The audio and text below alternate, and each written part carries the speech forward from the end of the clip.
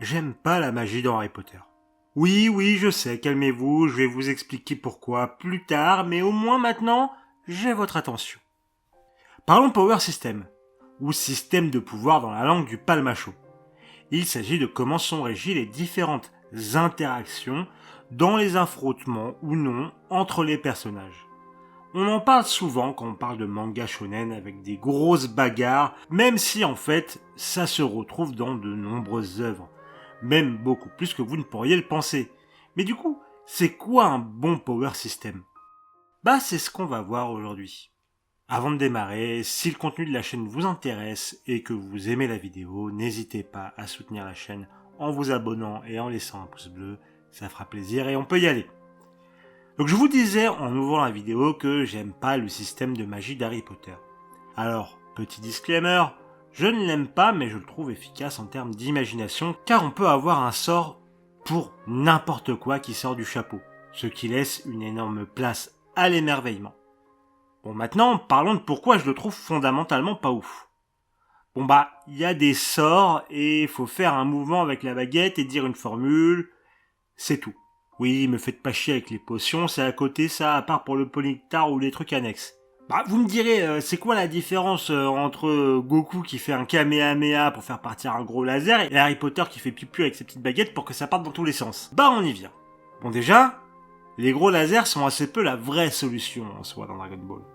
Contre celle, gros Kamehameha certes, mais c'est plus la réalisation de Gohan de ce qu'il a perdu et de ce qu'il pourrait perdre qui sont la clé de la victoire. Ce sont souvent les actions connexes ou les évolutions du personnage qui font le sel de ces affrontements. Après Dragon Ball, ce n'est pas non plus le meilleur power system qui soit, loin s'en faut, mais il arrive quand même à éviter quelques pièges dont on parlera plus tard. Harry Potter, quant à lui, a une faille fatale, si je puis me permettre. Le sort qui pour moi rend tout affrontement magique insipide dans cet univers qui fourmille de possibilités. Pouf, t'es mort. C'est si peu imaginatif, autant distribuer des AK-47 au mange-mort, on ira plus vite.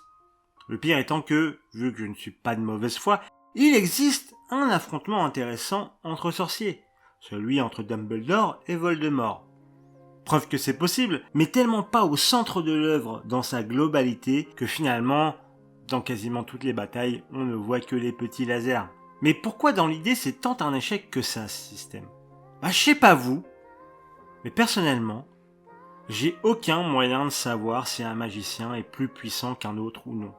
Alors a priori, Bellatrix elle est plus puissante que Ron, mais juste parce que t'en as une qui a du flow et est adulte et l'autre c'est Ron, voilà. On n'a pas de règles claires ou d'éléments qui nous permettent d'attester de la puissance d'un personnage, d'une menace. Oui, on sait que Dumbledore ou Voldemort sont plus puissants, mais avant le tome 5, c'est juste parce qu'on nous le dit, pas parce qu'on le voit. Bon déjà, pour faire des échelles de puissance, t'as la manière un peu bête et méchante. Celle qu'on a pu voir par exemple dans Dragon Ball, bien chiffrée. Bon, c'est un peu nul, c'est pour ça que Toriyama en sort au final assez vite, et part plus sur les réactions de ces personnages et sur les faits accomplis par eux pour les situer sur l'échelle de puissance. Parce que ça nous permet d'avoir une idée, une estimation de la puissance sans que ça finisse en vulgaire opération mathématique sans saveur. Après, il y a la méthode One Piece. Pour établir une échelle de puissance, il y a les primes sur la tête des différents personnages. On pourrait se dire que c'est simplement une valeur chiffrée sur la puissance des personnages, mais c'est beaucoup plus subtil que ça. Bon, c'est pas si subtil en fait, parce que c'est expliqué dans l'œuvre. Ces primes représentent la menace que sont les personnages, certes, mais vis-à-vis du gouvernement mondial, imprime ces avis de recherche. C'est-à-dire que des personnages extrêmement forts qui ont un potentiel énorme de destruction vont avoir d'énormes primes, certes, mais aussi ceux qui ont potentiellement des informations pouvant remettre en cause le gouvernement mondial. Le plus la prime est grosse, plus le personnage est fort n'est donc pas absolu, même si souvent vrai. À 2-3 ressorts comiques près. Et couplé au système de fruits du démon et plus tard du haki, cela donne une échelle de puissance qui a donc des nuances, tout en établissant plutôt bien les menaces progressives.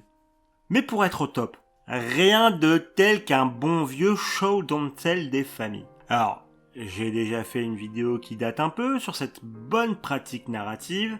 Je vais vous faire un petit rappel, mais n'hésitez pas à aller la voir, je vous mets un petit lien en description. Le show don't tell, ou montre ne dit pas dans la langue de Squeezie, c'est l'idée qu'il vaut mieux montrer au spectateur plutôt que de lui dire.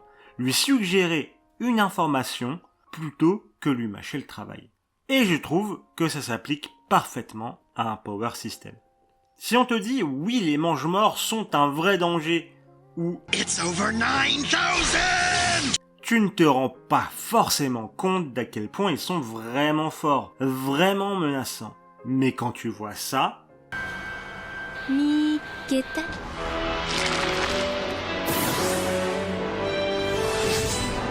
俺から離れろ！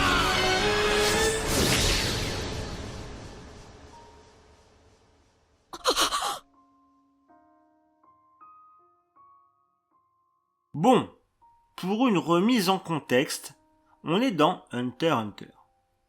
Excellent manga de Yoshihiro Togashi, grand monsieur du domaine, et on est plus spécifiquement au début de l'arc Chimera Ants. Au début, c'est tranquille, c'est un peu un arc d'entraînement pour nos jeunes héros, on voit quand même une menace rampante par les hommes fourmis, mais rien qui n'a l'air insurmontable. Sauf que là débarque Neferpito qui déglingue Kaito ni une ni deux. Et les personnages en présence sont choqués à quel point la différence de niveau est énorme, alors que Kaito c'est pas Joe le rigolo, hein. C'est un hunter professionnel.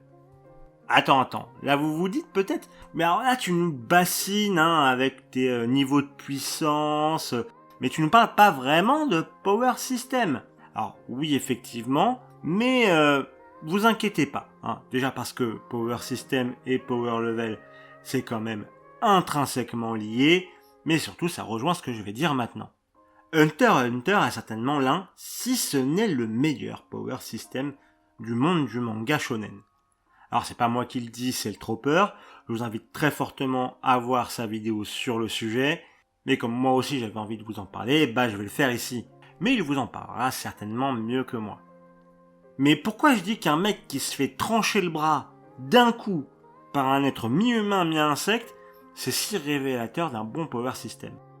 On va faire encore un petit détour.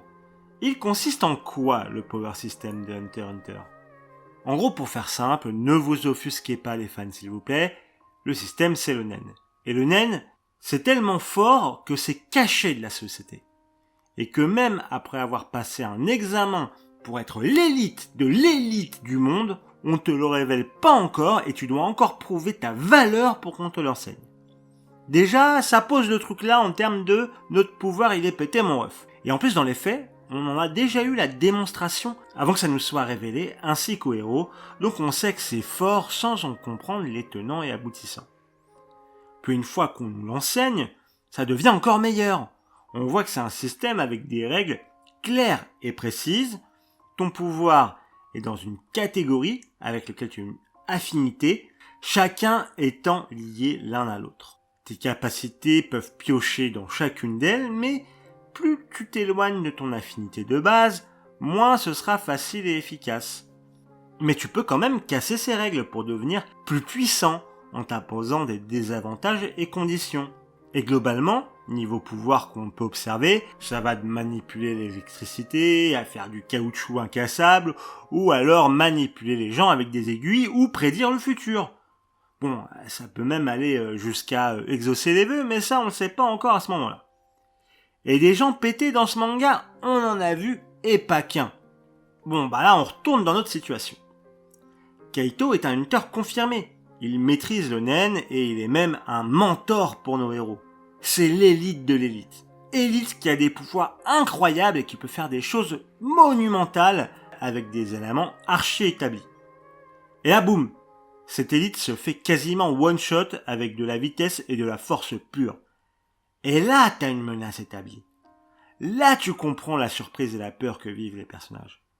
Parce que tu sais qu'a priori, cet ennemi est capable de bien plus encore.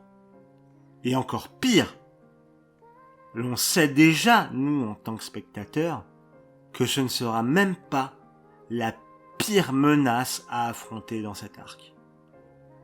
Après, laissez-moi vous parler d'un cas particulier. Une fois n'est pas coutume sur cette chaîne, parlons de Chainsaw Man. Ici c'est simple, il y a des humains, il y a des démons, les démons butent des humains, donc il y a des chasseurs de démons pour se défendre en retour. Pas de quoi avoir le souffle coupé. Bon, et c'est quoi les règles ici ? Pour pouvoir affronter des démons, il faut des pouvoirs de démons. Pour ça, soit t'as des cas particuliers comme notre héros qui est en partie démon, soit tu pactises avec l'un d'eux. Bien sûr, le pacte implique des contreparties. Un peu comme les règles imposées dans Hunter x Hunter. Mais du coup, tu peux invoquer des démons ou voir le futur un peu en avance. C'est pas mal.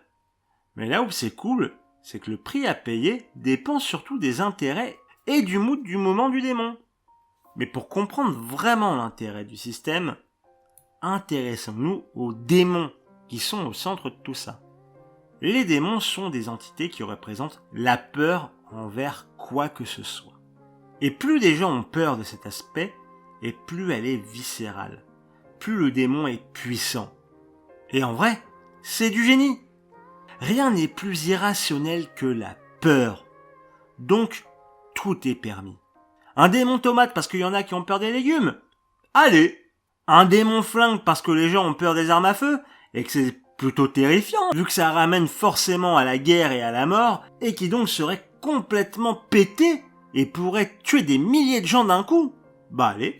Et imaginez les démons représentant les peurs primordiales, comme la peur du noir, inhérente à l'humain, ou la peur future, car on a tous des angoisses pour notre avenir.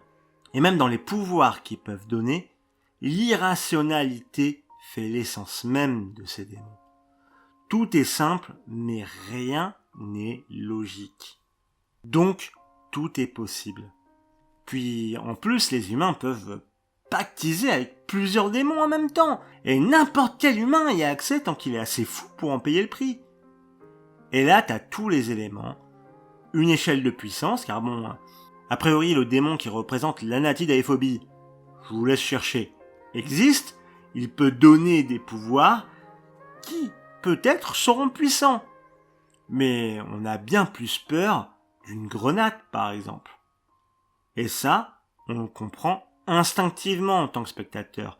Donc l'échelle de puissance est suffisamment définie pour qu'on comprenne les menaces en place, mais suffisamment flou et permissif pour que tout soit permis.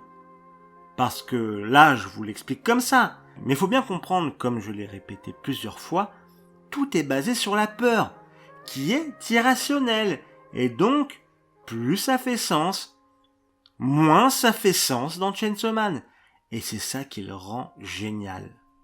Bon, on a pas mal papoté, mais il est temps d'en arriver à une conclusion. Qu'est-ce qui rend un power system intéressant ? Alors je vous en ai montré des différents, allant du simple au complexe, mais je pense qu'on peut en retirer deux choses. Premièrement, il faut qu'il soit suffisamment défini pour qu'on en comprenne les règles, mais suffisamment souple pour avoir différentes possibilités et surtout de la nuance. Et enfin, un système qui nous permettra d'établir la force d'une menace, car c'est comme ça qu'on peut ajouter une réelle tension au récit, et aussi jauger les accomplissements des personnages. Et si cela est fait en faisant en sorte que nous, en tant que spectateurs, le comprenions par nous-mêmes, sans qu'on nous le dise, dans le plus bel effet du show don't tell, c'est là qu'on a un power system extrêmement bien établi. Bon bah merci de m'avoir écouté sur cette vidéo. Alors là c'était peut-être un peu plus terre à terre car un peu plus concret que par exemple la vidéo sur les anti-héros. J'espère que ça vous aura plu. En tout cas si c'est le cas, n'hésitez pas à vous abonner et à laisser un pouce bleu. Je suis très intéressé si vous avez des exemples de power system que je n'ai peut-être pas abordés mais qui sont très intéressants. À la base, j'avais prévu de parler un petit peu de Frieren pour le confronter à Harry Potter, mais finalement le script n'est pas allé dans cette direction. Peut-être pour une autre fois, n'hésitez pas à me dire si ça vous intéresse. Mais c'est possible. En tout cas, nous on se retrouve tout bientôt pour une prochaine vidéo. Des bisous, à la prochaine.